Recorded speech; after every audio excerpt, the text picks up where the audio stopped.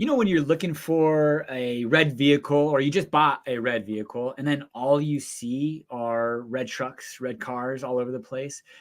Well, I don't know if that's the case, but it just seems like since I've been doing these lives, you just are more in tune with what's going on in the area if you're looking for it. And there's always some cool things going on with Fort Collins and also some not so fun things like the torrential downpour of rain we've had this year that have flooded out a lot of basements and restaurants and things like that. But otherwise, there's a lot of fun things to talk about. So we come to you live every Wednesday night at 6 o'clock to talk to you about things that have happened, things that you can do, like the Larimer County Fair that's starting this weekend, which, spoiler alert, I've never been, but now that I've got kiddos, I'm definitely looking at doing things more and more like that.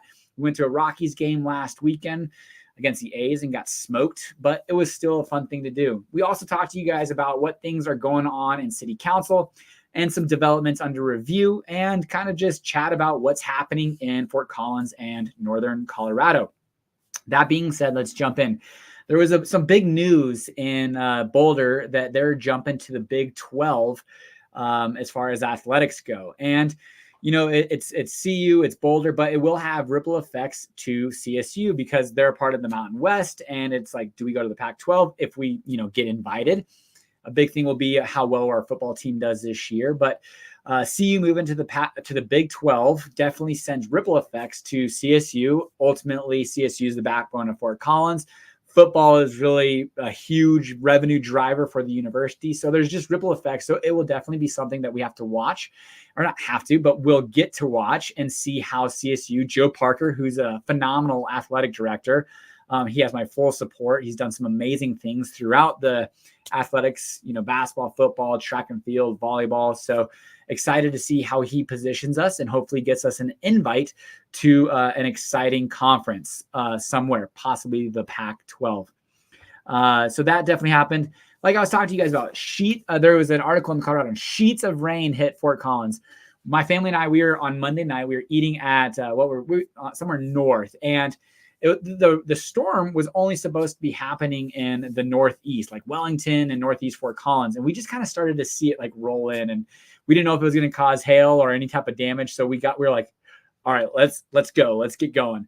And by the time we got back to our house, an amazing lightning storm. It was crazy, thunder, lightning, but it caused flooding in Sunny Lubick Steakhouse, Blue Agave, parts of CSU.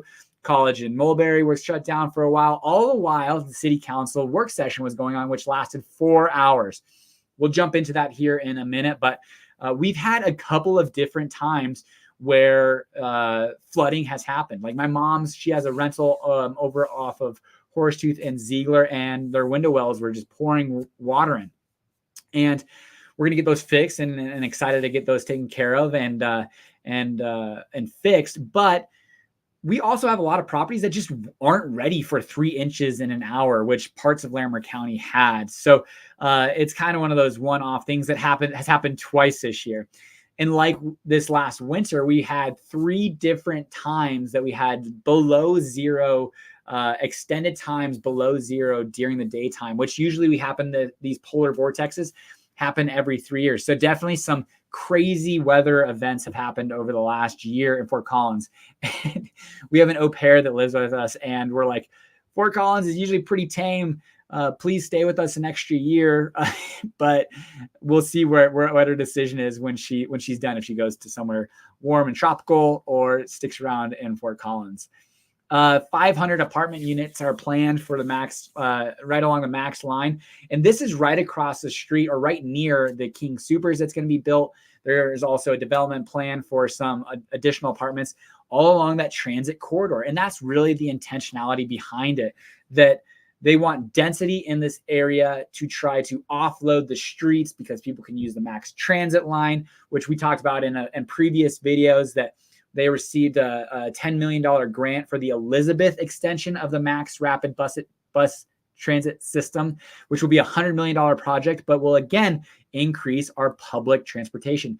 We had a gal reach out to us this week from California.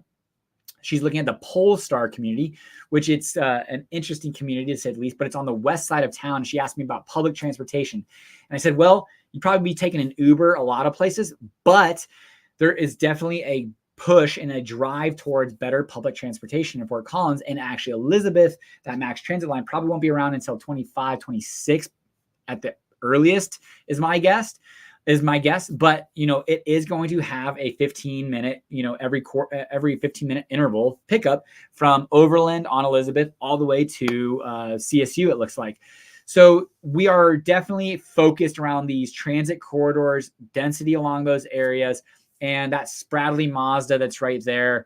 It's not the most beautiful, and College and Drake is pretty darn close to the center of town. So seeing this beautified along with that College corridor between Drake and Boardwalk, Midtown is definitely getting some beautification, and it's happening quickly in the terms of 5 to 10 years. Let's see here. Things that are happening in Fort Collins. Like I said, Larimer County Fair and Rodeo is here August 4th through August 8th. Carnival rides, rodeo, music, things of that nature. Costs are $100 for all 5 days or $40 for a day ticket at the Budweiser Event Center. So again, probably something that I'm going to take my family to. They're getting to be in an age that they can enjoy these things. I can enjoy going with them. It's not just we're, pulling around babies, strollers per se, but that's happening on this weekend. Community canopy program. So, Arbor Day in Fort Collins, you can buy a tree for $25. They gave out 1,000 trees. August 7th, you can purchase them online with a pickup of September 9th. So you'll want to jump on that in the next 5 days. 3 trees available per household. All right. And then also there's an engagement event August 9th, 4 to 7 p.m. City planners at the Foothills Mall. So again, Midtown Fort Collins, the Foothills Mall, McQuinney, they're going to be taking a 600,000 square foot envelope of a building, paring it down to closer to 400,000 square feet, adding walkability, open space, having 70,000 square feet of office. These things are going to change. This is not set in stone, and probably a shovel's not going to hit the dirt until 2025 at the earliest.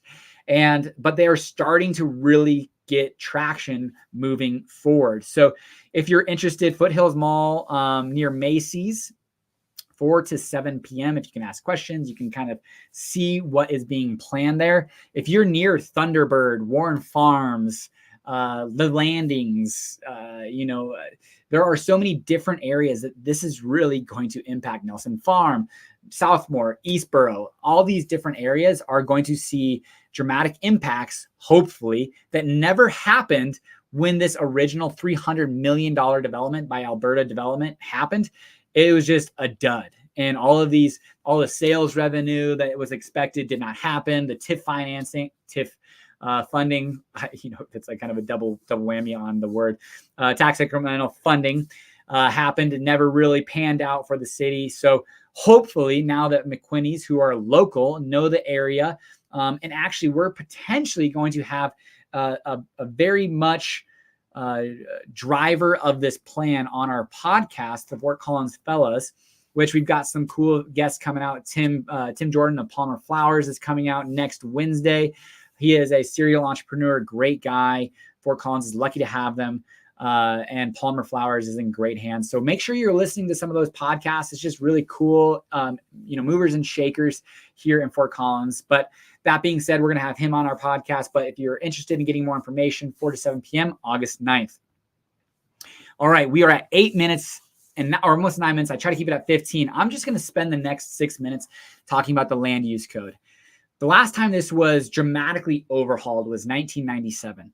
Long story short, background on it, City Council passed a new land development code, LDC, that essentially allowed ADUs, duplexes, triplexes on any property in Fort Collins. Setbacks, divisible lots were decreased to 4,500 square feet. There were no neighborhood meetings, basic plan reviews for developments, and it just really shook Fort Collins, and it felt like it was quickly passed through. Well, there was a Preserve Fort Collins group that repealed it, had enough signatures and that presented it to City Council that they could either put it on the ballot or repeal it. They chose to repeal it and put it back through City Council. They've done multiple work sessions. They've done a ton of outreach, not a ton of city engagement from like written mail-ins, but I think they've done amazing walking tours, getting neighborhoods involved, talking to people. So, and then that's a big also reason why I started this, because that land development code was going through at the end of last year, and I was like, wow, this is dramatically changing Fort Collins, and people need to know. So that's why I started these Wednesday Night Lives. And so this is the second to last work session that is really trying to dial in and fine tune what new land use code is going to be put in front of City Council for them to vote on twice. And then it'll be interesting to see what Fort Collins does. Is Preserve Fort Collins come back with their pitchforks and say, no, we don't want this again? Or is there enough community engagement for this to pass? So let's go through kind of some of the changes and things that are going to probably be on the new land use code that they will then subsequently vote on. All right, so they're looking at, like, the big thing was ADUs specifically for zones like RL, residential zones, and NCM, NCL, like medium density, neighborhood low density areas. And that's where people were like, whoa, you're going to put a duplex and triplex on my next door neighbor's lot, and now my house is, next to an apartment complex. And so they wanted to address these concerns. And some of the things that are going to be kind of changed is in the residential lot, in the residential zone, they're going to allow ADUs for owner-occupied homes that don't exceed and I think they're going to be 1-story ADUs. So they are going to be allowed in those zones for owner-occupied houses. And parking requirements are going to be interesting to see how they go, but they're probably going to have at least one parking requirement for the ADU, but it can now be a tandem, more than likely. NCM, NCL, they are on lots they can now go on lots that are 4,500 square feet or greater. If they're for NCL, if the lot is greater than 6,000 square feet, they can have 3 units on it. But between 4,500 to 6,000 square feet, they can only have 2 units on it, whether it's a duplex or an ADU, and it's going to be capped at the building's height. So if it's a 2-story building, the ADU can go up to 2 stories, whereas in the residential area, it's only going to be a 1-story ADU. Let's see here. NCM, similar to NCL, but 3 units allowed on 4,500 square foot lots, and then allow 5 units between 4,500 to 6,000. And then on 9,000 plus lots, they can have a cottage court with 3 to 6 units. So those are the big changes for ADUs in those areas. No short-term rentals. You cannot build an ADU if you don't already have a short-term rental license and operate it as a short-term rental. Big concern for Fort Collins individuals thinking that, hey, we're trying to increase the density and the housing supply in our community for long-term rentals or for sale properties that increase the dwelling unit count. And people were like, wait, we're just going to turn these to short-term rentals. Smart. Shoot, I mean, honestly, if I wanted to offset a mortgage and I was semi-retired and had all the time on my hands, because I operated 3 short-term rentals for 2 years myself, it is a ton of work. But if it was on my property, yeah, I probably would do that. So no short-term rentals with ADUs. Affordable housing, that's a big driver. So it was a great conversation between all of the council members, but ultimately, and if you watched my market update yesterday, you definitely should. But I put on an image that showed our active listings for sale that was going down on a monthly basis versus our population that increases at 1.5%. And it's like, you can't. Jenny Arndt had a phenomenal quote years ago that was, I don't think we can regulate ourselves to affordable housing, but possibly deregulate ourselves to affordable housing, which is why we're talking about ADUs, duplexes, incentivizing affordable housing. They're talking about a basic plan review for affordable houses only, so that we can take advantage of Prop 123 that allows money from the state for affordable housing. And they have to go through the review process fast track within 90 days. And so Fort Collins wants to be in line and in step with that, so that we can leverage free dollars from the state and take advantage of that. So they also wanted to address costs of housing and median incomes on a more frequent basis. Because right now, actually, affordable housing, they're going to allow people to up to 100 to 120% of our median incomes to be qualified to purchase affordable housing. Because even at that price, the houses in Fort Collins, they're saying aren't necessarily affordable. So it's interesting to watch that, and they want to address that, whether the housing prices go down, stay the same, increase, what incomes are doing, and how we can allow people who are working and living in Fort Collins to purchase a house that is quote unquote affordable. So that was definitely an interesting conversation. HOAs, again, a very interesting conversation. People buy houses. Oh shit, I'm at 15 minutes, 30 seconds. I'm sorry. I'll finish up quick. Ask your questions either here or in the comments if you watch this on a rerun. But that being said, HOAs were one of those things where I bought a house that's in an HOA that dictates my paint color, like what bushes I can plant in front. Obviously, like, you know, there's a guy that I'm talking to that's like looking at selling his house because he's, you know, draconian HOAs that are no longer of interest to him. So he wants to sell his house. So yeah, HOAs can be overbearing, but there's also things that HOAs that are nice. Like I'm not going to have a fuchsia pink house next door. I'm sorry if you like fuchsia pink, or if that's even a color, honestly, neon pink. Sorry, there you go. But that being said, they don't want HOAs to be able to say, hey, no ADUs here. If there's going to be a land use code, everybody has to play by the same rules. But the HOA can dictate what the aesthetics are without effectively removing the ability to build ADUs. They can still oversee what ADUs can be built there and how and everything like that. So land use code is going to supersede the HOA. That's still a thing. But the one thing that they are talking about is, can you subdivide an HOA lot? And then STRs, no ADU, no STRs and ADUs.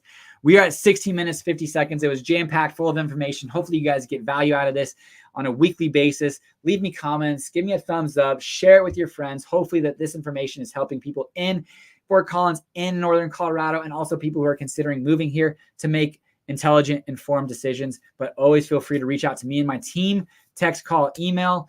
We definitely are ingrained with this community more and more. And we love the people that are here and welcome people that are coming to make it a even greater place. Have a great night, Fort Collins. We will see you next week. Have a great night.